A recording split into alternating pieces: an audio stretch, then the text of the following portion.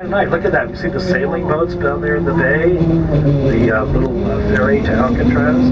Then we're coming by the clubhouse for the officers' club. Okay, we're going to be leaving the Presidio, the Spanish fort, from over 230 years ago. We look across the city, we can see the University of California campus, medical, dental, and schools of psychiatry. Dianne Feinstein said when she was a girl, she always lusted for the house across the street. And there it is. Yep, a 3,000 square foot Cotswold cottage. She and her husband Richard Blum, by the way, from the Blum's bakery fortune, they lived there until she moved over the hill to get a view of the Golden Gate, the one thing she didn't have. But from a Jewish family, they went through the back door into Temple Emmanuel. It's our largest synagogue in California. So Clement Street is one of my favorite streets in San Francisco. Yeah, it's very exciting, nice variety and mix of shops, and of course people always say, which is the best restaurant? Well, I think it's the one that you're going to. Yeah, there's the old Richmond Grill, Clement Street Grill, which is very American type food. Other than that, Singaporean, Malaysian, Chinese, Japanese, Korean. Look at marketing on the corner, the Asian style. Put the food outside, lure the customer inside by the good bananas, the bok choy, whatever it is you're interested in. So, always fun here on Clement Street. And of course, coming up on the right, the Green Apple, the city's largest used bookstore, just there with the green awning. Yeah, in spite of all the demise of independent bookstores, the Green Apple has survived. Also, one of the oldest See's candy stores in the city is here. Look at the old bank building on the left. Now the Kung Fu Academy. Boy, so much for Bank of America. Oh. In fact, some people call this the new Chinatown.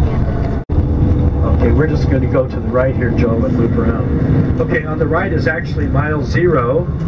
Yeah, you're going to loop around the fountain there, Joe, so kind of to the right, and then the left. Yeah, mile 0 of the Lincoln Highway. And the sculpture in front of us is by Mark DeSuvero, Petaluma sculptor and artist. On a clear day of winter, look downtown San Francisco off to the right. You can also see Mount Diablo. So one of my favorite art museums here. And also the California Holocaust Memorial.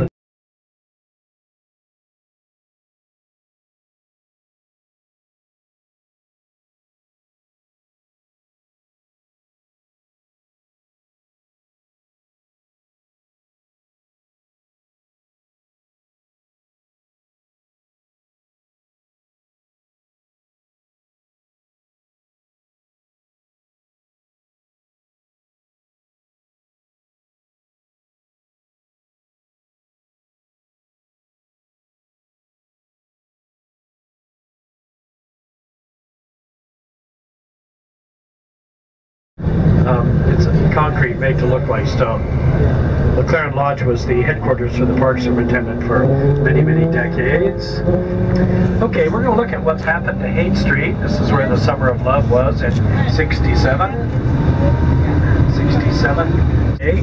Don't miss the wall of the building on the left. Over there it says, listen to this wall. Picked a story they really wanted, Goodwill. That's the main store here in the Haight-Ashbury neighborhood. Haight was a governor, Ashbury a park commissioner. So Haight and Ashbury, the two main streets, where we have the only franchise allowed in the neighborhood besides Goodwill, and that would be Ben & Jerry's ice cream, which somehow people find acceptable and they like.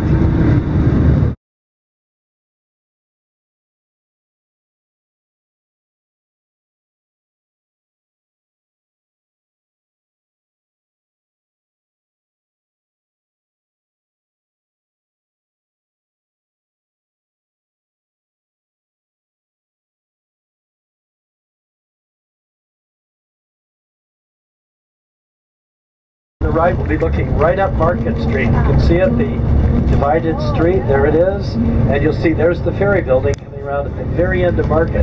Everybody see that? Yeah, there you go. Okay, we just came through the cleavage between Twin Peaks. That's a geographic term, of course. Geologic term. Okay, another view of Market Street. Look at that. laid out in the 1840s by Jasper O'Farrell, with the idea of focusing on the most important, not the highest point in San Francisco, that's Mount Davidson.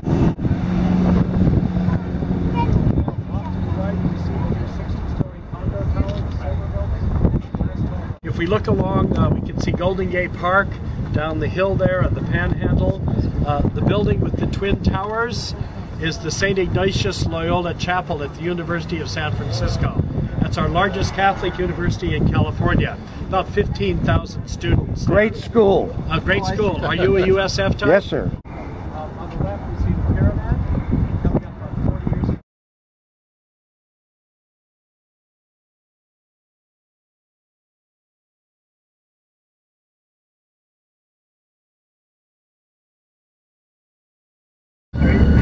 Okay, this is the terminus of the cable car line, the Beach and Hyde on the right. And anybody know about the Buena Vista Cafe on the corner? It's where Stanton Delaplane, the columnist for the Chronicle, brought in Irish coffee from where in Ireland? Shannon Airport. He was there ready to leave to fly to San Francisco, and the bartender gave him coffee and put in a little whiskey. And he goes, how'd you do this? It took them 5 years to perfect the cream, the whipped cream that floats on the liquid, because they couldn't quite get it right. And the man in Ireland said, no, it's a trade secret, I'm not telling you. You've got to find out on your own now. And indeed they did. So the Buena Vista, people say it's where Irish coffee was invented. No, it's where it was introduced into the United States. There's a plaque there. Okay, we're going to turn right here. Yeah, I take groups here, not even on St. Patrick's Day. I can take a group of 45 and in 5 minutes they'll all have their drinks. The guy lines them up. A lot of controversy here about street artists. They don't pay rent, a lot of them don't have licenses. A lot of the brick and mortar stores say, hey, we're paying thousands a month to be here. The art galleries particularly. But a lot of jewelry. A lot of interesting things here. Look at that beautiful view with the fog coming through the Golden Gate. And is this the real San Francisco?